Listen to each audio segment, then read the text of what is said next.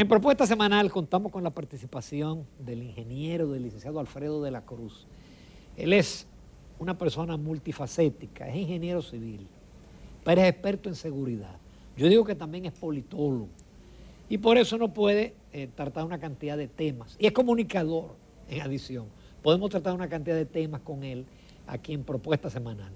Alfredo, buenos días, bienvenido. Muchas gracias, Ramón. Un placer siempre estar contigo aquí. Y te debo el cafecito porque la chica está de vacaciones, pero te debo el cafecito. Le tocaba. El cafecito Santo Domingo. Le tocaba sus vacaciones. Alfredo, aunque no es parte de tu área, no puedo dejar de tratar porque ha sido el debate de la semana, del mes. El tema del fideicomiso y los temores que hay que con eso pase al sector privado, el endeudamiento, que se salte la ley de compra y contrataciones. Tu idea general sobre ese tema. Mira, Ramón, esa es una pregunta interesante porque en el año 2014-15, aquí no se hablaba de fideicomiso. Yo escribí un artículo que se llamó La colaboración público-privada en la seguridad nacional. Aquí le dicen alianza público-privada, pero en España se habla de colaboración público-privada. Y en ese artículo yo hablaba que, por cierto, como en el 2019, cuando Juan Ariel era ministro de Economía, él escribió un artículo y luego tuvo acceso al mío. Y él me comunicó que para la época en que yo lo escribí era muy revolucionario. Fíjate, los fideicomisos, o vamos a ampliar, la colaboración público-privada en realidad no es negativa, porque ¿qué busca la colaboración público-privada o la alianza público-privada? Bueno, hay que ofrecer un servicio a la población, a la sociedad, para no comprometer los presupuestos que casi siempre son reducidos y están comprometidos. Las administraciones públicas se asocian con el capital privado para explotar, generar, crear, construir y explotar un servicio, el cual no le compromete el presupuesto de las administraciones públicas y la sociedad recibe un beneficio. ¿Cuál es el beneficio del servicio? Eficiente. Y así lo hacen la mayoría de los países desarrollados. ¿Cuál es el problema con la colaboración pública y privada? Fíjate que lo he querido englobar para no irme directamente al fideicomiso, que es un tipo de colaboración público-privada. El problema de países como el nuestro es que la población está con esto, siempre está al acecho, porque desde siempre la colaboración público-privada se ha utilizado para lucrar a costilla del Estado. Los capitales privados que deberían asociarse para brindar un servicio a la ciudadanía, a la sociedad, reeditar los beneficios dentro de un marco justo, y el Estado, el beneficio que recibiría es que no afecta su presupuesto y le está brindando a la sociedad ese servicio sin comprometer su presupuesto. Como aquí muchas veces esos capitales se asocian con funcionarios o con entidades para lucrar sin ofrecer esos servicios, te ejecutan obras de poca calidad, y tú que eres ingeniero civil sabes, te ejecutan obras sin cumplir muchas veces con los requisitos, con las normativas, pero encima de eso te hacen un elefante blanco que tiene el Estado que cubrir con ello y la sociedad no recibe ese beneficio. Entonces, ¿qué pasa con la nueva ley? Que muchos la han satanizado, otras la han santificado, pero lo que le criticaban en principio a la ley era porque este proyecto de ley creaba todo un esquema donde se violaban o se pasaban por alto, se bypaseaban, para decirlo de una manera más simple, las normativas referentes a las contrataciones públicas, y cada fideicomiso iba a tener su propio reglamento que al final se lo pasaba a dirección de compra, que no iba a poder hacer nada, sino que validarlo, y tú ibas a tener un rompecabezas porque no sujeto a una ley general marco, sino que cada cual iba a tener sus propias reglamentaciones. Y encima de eso estaba la amenaza de que ese fideicomiso tenía fuerza pública, por tanto podía enajenar patrimonio público. Y eso es lo que principalmente, incluso yo, le veía mal al proyecto de ley, no el proyecto de fideicomiso en sí. Porque es necesario. Son necesarios. Ya hay de que 12 o 13 fideicomisos públicos. No, en los gobiernos del PLD se crearon más de 12 fideicomisos, en los gobiernos del PLD. O sea que en principio la figura no es negativa, sino lo que muchos señalábamos del proyecto de ley era esa parte que era agresiva contra el patrimonio nacional y encima de eso eludía las reglamentaciones existentes a la fecha, porque si tú violas, tú estás contratando servicios y bienes públicos, entonces ¿cómo tú vas a saltar la normativa que regula todo lo que tiene que ver con las contrataciones de servicios públicos y de bienes para el Estado? Vamos a hablar de seguridad, Alfredo. Esa es la preocupación principal que aparece en todas las encuestas, la seguridad ciudadana. ¿Se ha avanzado algo? Especialmente con aquello de la creación de una comisión para la reforma de la policía, etcétera, etcétera. Mira, la realidad es que la seguridad preocupa a todo el mundo, desde la sociedad hasta el gobierno. Pero sí, yo pienso que hemos avanzado. Desde aquella vez, hace más de un año que estuvimos por aquí, que hablamos del fideicomiso, que todo el mundo lo satanizó, el fideicomiso de la policía, pero realmente yo sigo defendiendo ese fideicomiso, porque ese fideicomiso ayudó a resolver una situación que había adentro con las compras, con las contrataciones de bienes y servicios. Pero ese es otro tema. Mira, hay una serie de cosas que, bueno, hace 1 o 2 meses yo hablaba con el comisionado para la reforma y transformación de la Policía Nacional, el señor José Vila. Y dice, pero es que ustedes están callados, se han hecho muchísimas cosas y no se dicen. Porque como tú entenderás, como la audiencia, el auditorio entenderá, la seguridad es un tema muy amplio y hay que atacarlo por muchos lados, donde la Policía Nacional es una de las patas, junto con los fiscales como ente persecutor del delito, los administradores de justicia, que son los jueces, el sistema de reinserción del infractor, etcétera. Esa es una sola de las patas. Entonces, para tú hacer una transformación de la lograr una seguridad, devolver la seguridad a la sociedad, tú tienes que impactar todas esas áreas. Pero en lo que compete a la policía, al cuerpo del orden, esa es una hidra de 7 cabezas que cuando le cortan una surgen, se completan las 7 otra vez. Ahora lo que está proliferando de nuevo es el intercambio de disparos. Bueno, hay una situación. Por ignorancia o desconocimiento, y en realidad la sociedad no tiene por qué saberlo, porque esa es un área especializada, cuando parecería ser que los índices de criminalidad se disparan, la sociedad tiende a pedirle a las autoridades macana y mano dura, algo que es un error, porque por lo general la macana, la mano dura y los intercambios de disparos siempre se aplican a los pobres o a esos desafortunados de la sociedad, desafortunados de la suerte. Entonces, la solución en términos de seguridad, eso es lo más simple, eliminar el intercambio de disparos, pero eso es muy problemático. ¿Por qué? Porque usted muchas veces ve que a usted lo asaltaron y usted quiere que se haga algo y usted extiende un cheque sin monto, firmado, que le pongan el monto que sea, pero usted está pidiendo que violen los derechos fundamentales del individuo. Entonces hay que saber que ese delincuente, por delincuente que sea, tiene derechos fundamentales, tiene derechos humanos por el simple hecho de ser humano. Algunos dicen, bueno, pero él le viola los derechos a quienes asesina o les roba. Sí, pero es que es va más lejos de ahí, eso es mucho más amplio. Cuando usted permite que a ese individuo se le violen sus derechos, asesinándolo en un intercambio de disparos, primero usted está requebrajando el Estado de Derecho, porque aquí no hay pena de muerte. Además, el policía no es un juez, nadie le ha dado la potestad, la legitimidad de asesinar.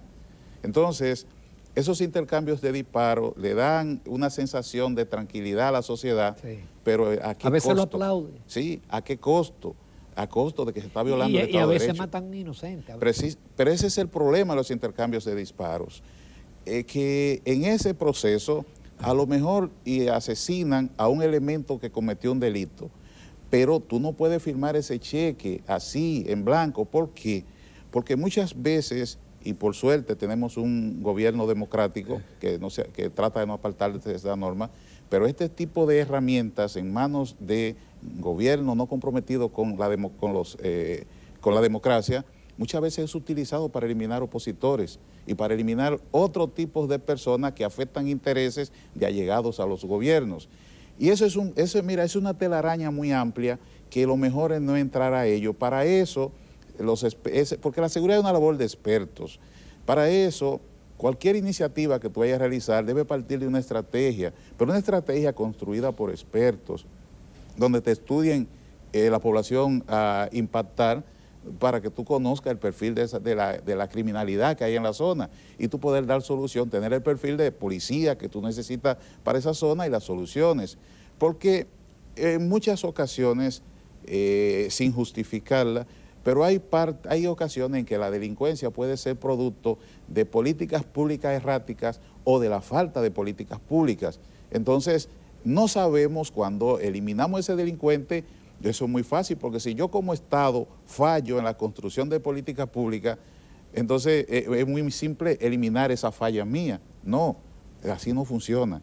Por tanto, para impactar en cualquier área de la sociedad, en aspectos de seguridad, es imprescindible una estrategia de seguridad pública, porque luego que tengo la seguridad pública puedo tener la seguridad ciudadana, porque aquí son muy dados a hablar de seguridad ciudadana.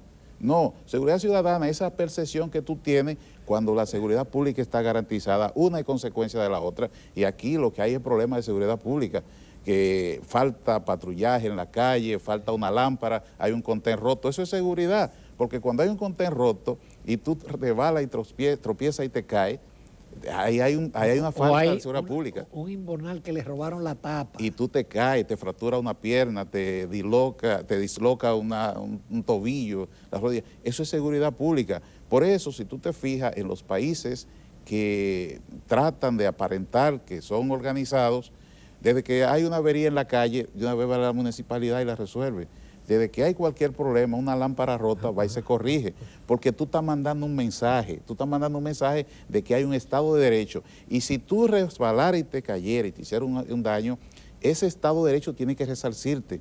Todo eso es seguridad pública. Entonces, cuando eso está garantizado, que tú sabes que puedes ir por la calle hablando con tu teléfono y no va a venir un casco y te lo va a quitar porque hay una patrulla de policía que está rondando y hay cámara instalada, entonces eso es seguridad ciudadana.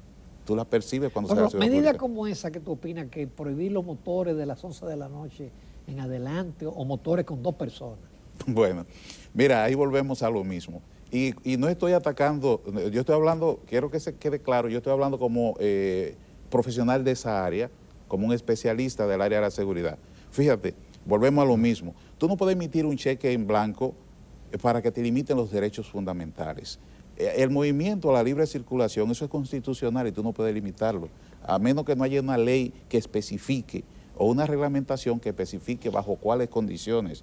Eso es muy peligroso. ¿Por qué? Y más en sociedades como la nuestra, en una sociedad como la nuestra donde hay tantos problemas de transporte y que a veces hay industrias o empresas donde trabaja un individuo que tiene un motorcito, sí, y él sale a las 11 de la noche y se va para su casa, pero aparece que otro que hay ahí que no tiene transporte, que va por la misma dirección, se va con él. Entonces esos son dos delincuentes. Alguien me decía, otro caso, por ejemplo, de un tipo que va a recoger a su hijo, exacto, que está trabajando, exacto, para protegerlo. Exactamente. Entonces, con esta situación ahora mismo que muchos padres no están tranquilos hasta que sus hijos no lleguen y prefieren irlo a buscar.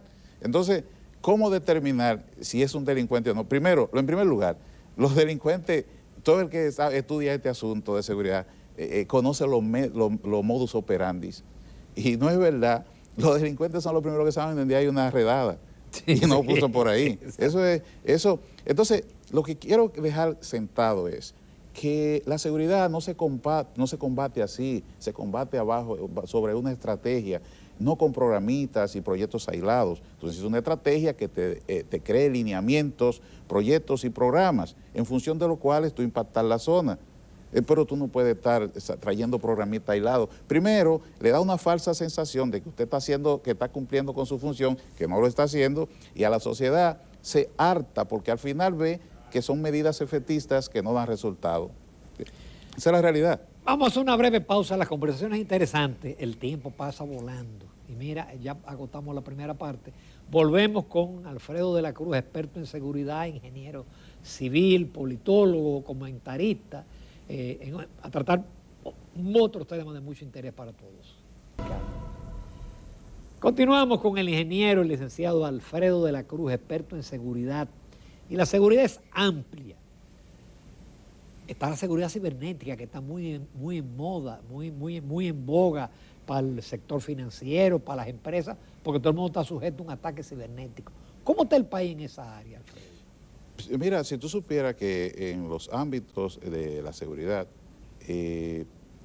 no estamos tan mal. Y ahí no ocasiona, tú no has escuchado en los últimos años esos sobresaltos, porque incluso hay una estrategia de seguridad cibernética donde trabajó mi amiga Carolina Ramírez. Y ese sector, el sector más orientado a un área donde tú eres experto, que el área financiera, no son tan comunes los sobresaltos aquí en esa área, al menos públicamente. Pero en ese sentido, aquí se elaboró hace varios años una estrategia de seguridad cibernética que ha estado a la altura de las circunstancias y ha estado dando resultados. Y es lo que planteamos, que las diferentes áreas, los diferentes ámbitos de la seguridad se han impactado sobre la base de una estrategia. Porque cuando tú tienes una estrategia para un área específica, esa estrategia te dice qué tú debes hacer cuando se presentan las situaciones. Y cuando se presentan las situaciones, puede que haya alguna variación, pero solamente hay que hacer los ajustes. Y con una estrategia tú tienes respuestas específicas para situaciones específicas. Y esa es la ventaja de no inventar y crear una estrategia para ello. Obviamente, el sector financiero aquí es muy serio y responsable y no va a inventar con eso. Y de ahí viene que haya una estrategia de ciberseguridad. Se ha invertido mucho. Alfredo, uno siente que ustedes los expertos de seguridad es como una especie de una logia, que son un grupo, tú mencionaste a Carolina, nuestro amigo Pou. Daniel Pou. Daniel. Ahora, ¿cómo se protegen ustedes para que no surjan improvisados que como pasa con el coaching, que se ha generalizado, que todo el mundo es coach ya? ¿Cómo ustedes se cuidan de que ahora, como está de moda la seguridad, empieza a haber una serie de gente que hicieron un cursito y ya son expertos en seguridad? Mira, buena pregunta. Y tú me dijiste experto, no me digas experto, analista. Okay. Expertos son muy responsables. Experto es Pou y Carolina, que es doctora en seguridad. Mira, eso generalmente las personas, por lo menos las personas que yo conozco aquí, que conocen el tema, que dominan ese tema, van poco a los medios y son reacios a entrevistas. De hecho, a mí no me gusta hablar de este tema, porque se trata de ti, porque precisamente aquí se ha relajado mucho el tema seguridad y hay mucha gente hablando de seguridad sin saber de seguridad. Eso te iba a decir. Sin haber estudiado. Es que es una ciencia compleja. Yo tengo bregando con seguridad desde el 2013 y aún así todavía hay cosas que a veces uno se siente inseguro. Bueno, Daniel Pou, nuestro amigo, te puedo decir que siempre nosotros vivimos hablando de esos temas. Decir, Daniel, pero me pasa esto, yo lo consulto y hablo. Y, por ejemplo, mi profesor, mi gran profesor, el general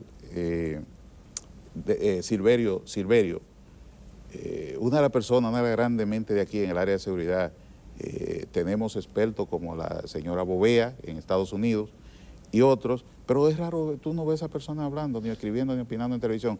Una lástima porque son gente que tiene mucho conocimiento y que podrían orientar a las autoridades en ese sentido.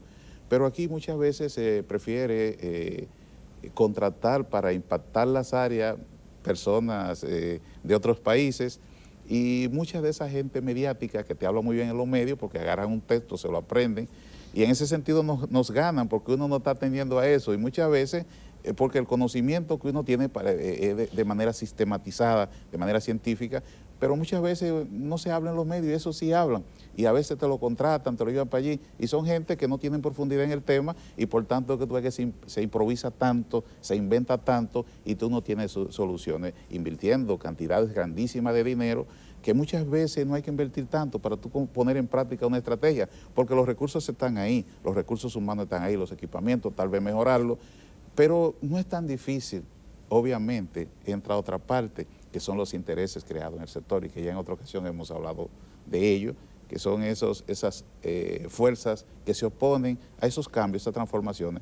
Pero eso es normal y si se usan expertos, pues la experiencia muestra cómo tratar esos casos. Vamos a hablar de geopolítica, que es otra de tus áreas.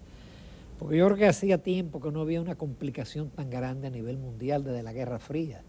Oye, tenemos el problema de Ucrania y de Rusia. Pero está el tema de Taiwán y China y otros temas en otras latitudes. Y todo eso está impactando en la economía y va a seguir impactando. Es decir, ¿cómo tú ves el mundo hoy en día? Bueno, mira, este 2023 que recién iniciamos en los ámbitos geopolíticos es un año bastante complicado para la humanidad. Y como tú dices, desde la Segunda Gran Guerra, pues yo no creo que estaríamos tan cerca de un cataclismo como ahora. Primero, porque hay un conflicto en Ucrania, que junto con el COVID ha ralentizado el crecimiento global en términos económicos, porque de una manera u otra impacta en los commodities y en las sociedades. Y se están viendo supermercados, góndola vacía, que uno no la veía. Uno ha visto video en Estados Unidos, góndola de supermercado vacía con productos básicos, y la inflación galopante, que todo eso es producto del COVID. Que no se ha ido. Yo estaba en un estado de los Estados Unidos y fui a 3 supermercados y no había huevo. Sí. Y en uno decía, se me pareció a República Dominicana, solamente un cartón por persona. Y incluso productos para niños, para bebés. Entonces, pero eso la gente se enfoca en el COVID que no se ha ido y en Ucrania. Pero hay otros conflictos latentes en el mundo. Por ejemplo, Taiwán, que tú lo has mencionado. Taiwán tiene la potencialidad de ser todavía mucho más catastrófico que lo que está ocurriendo en Ucrania. ¿Por qué? Porque la política de Xi Jinping, la política de China, República Popular China, Taiwán es una provincia rebelde y ellos incluso dicen que podrían utilizar la fuerza para hacer que vuelva... y eso provocaría una reacción de los Estados Unidos. Entonces, ¿qué pasa? Estados Unidos está comprometido en términos, incluso tiene legislaciones a proteger a Taiwán. Es una relación un tanto extraña que hay ahí entre China, Estados Unidos y Taiwán. Y incluso en esta semana se hizo público que se han hecho 24 simulaciones y en todas ellas China no logra el control de la isla, o sea, inicia una invasión para capturar, controlar la isla. En esas 24 simulaciones que han hecho centros de pensamiento occidentales, China no logra capturar la isla de Taiwán, pero Estados Unidos queda muy debilitado. En los primeros días de la invasión, Estados Unidos, las simulaciones muestran que podría perder 2 portaaviones, innumerables de estos, ¿cómo se llaman estos otros barcos? Se me fue el nombre ahora. Pero en serio, una cantidad, en síntesis, una cantidad de destructores, decenas de destructores, y en las primeras 3 semanas el resultado sería más de 10,000 muertos. No controlaría en ninguno de esos escenarios a Taiwán, China, pero el resultado para Estados Unidos y Japón sería catastrófico porque de darse una situación así, Estados Unidos lo más lógico es que implementaría las lanzaderas que tiene en Japón. Obviamente, si Japón le da el permiso, la autorización para utilizarla, y obviamente que los misiles chinos serían dirigidos también hacia Japón. Pues esas 24 simulaciones dan como resultado que Estados Unidos evita que China se posicione de Taiwán, pero a un costo muy alto para Estados Unidos, lo que ocasionaría mucha dificultad para poder proyectar su poder global. Entonces, ese es un conflicto latente que está ahí, pero tú puedes articularlo con otros conflictos que hay, por ejemplo, en Europa, donde está Serbia. Fíjate que en días pasados, en diciembre, el gobierno serbio estuvo acumulando tropas en la frontera con Kosovo, que todos sabemos cómo se logró la independencia de Kosovo, que fue violando el ordenamiento jurídico internacional. Y Kosovo lo ven como el origen de la cultura serbia, o sea, ellos no renuncian a ello. Pero en abril del año pasado, el gobierno chino entregó a Serbia misiles HQ-22, que son unos misiles tierra-aire, que son equiparables a los Patriot estadounidenses tierra-aire y al sistema antimisiles ruso S-300. ¿Qué significa eso? En los 90, la OTAN impidió aquella limpieza étnica que Slobodan Milosevic iba a efectuar allí en Kosovo. bombardeando Belgrado y toda Serbia, ¿verdad? Eso impidió que Slobodan hiciera esto y que tuvieran el control de Kosovo. Y en el 2008 Kosovo se independiza, violando el ordenamiento jurídico internacional. Pero con estos misiles que le ha entregado China en abril del año pasado, no pasaría lo mismo. Si en esta situación que está ocurriendo, lo comprometidas que están las fuerzas occidentales en Ucrania, aportando capitales y armamentos, si estallara un conflicto en Taiwán y en Europa Serbia intentara ocupar Kosovo, no sería la misma situación de esa época. Pero si encima de eso los valedores de Kim Jong-un en Corea del Norte, que son China y Rusia, empujaran un poquito, alentaran a Kim a que invadiera Corea del Sur para distraer, que ya su abuelo lo intentó en el año 1950, que fue lo que desató aquella guerra donde Estados Unidos, al frente de unas tropas de Naciones Unidas, intentaron llevar a la normalidad. Esa guerra no ha terminado nunca, se hizo un armisticio, pero técnicamente Corea del Norte y Corea del Sur están en guerra, y por ese armisticio es lo que la detiene. Hubo drones de Corea del Norte que penetraron el territorio de Corea del Sur. Entonces, si algunos de esos conflictos latentes que están ahí estallan, por más que se quiera, Occidente no tiene cómo controlar de la misma manera que lo está haciendo en Ucrania todos esos frentes. Por tanto, además estamos hablando de 3 potencias nucleares, Estados Unidos, Rusia y China. Bueno, en principio, porque estoy diciendo Estados Unidos, porque las otras potencias occidentales que tienen armas nucleares están junto con Estados Unidos en la OTAN. Entonces, como vemos, no estamos diciendo que va a ocurrir un conflicto ahorita y líbrenos Dios de ello. Pero, no, porque se unido de la Rusia y Ucrania, viene otro. Entiendo. Ese sería el golpe de gracia a la economía mundial. Entonces, por primera vez en mucho tiempo, bueno, yo diría que esto tal vez sería comparable en el tiempo a la crisis de los misiles de aquella vez en Cuba, en que el mundo estuvo en vilo. Así es, así es. Alfredo, qué pena no tener más tiempo, pero hablamos de fideicomiso, hablamos de seguridad, hablamos de geopolítica. Como siempre quedan temas, pero te agradezco mucho la participación. Gracias, Ramón. Nos vamos a comercial, amables televidentes, continuamos en Propuesta Semanal.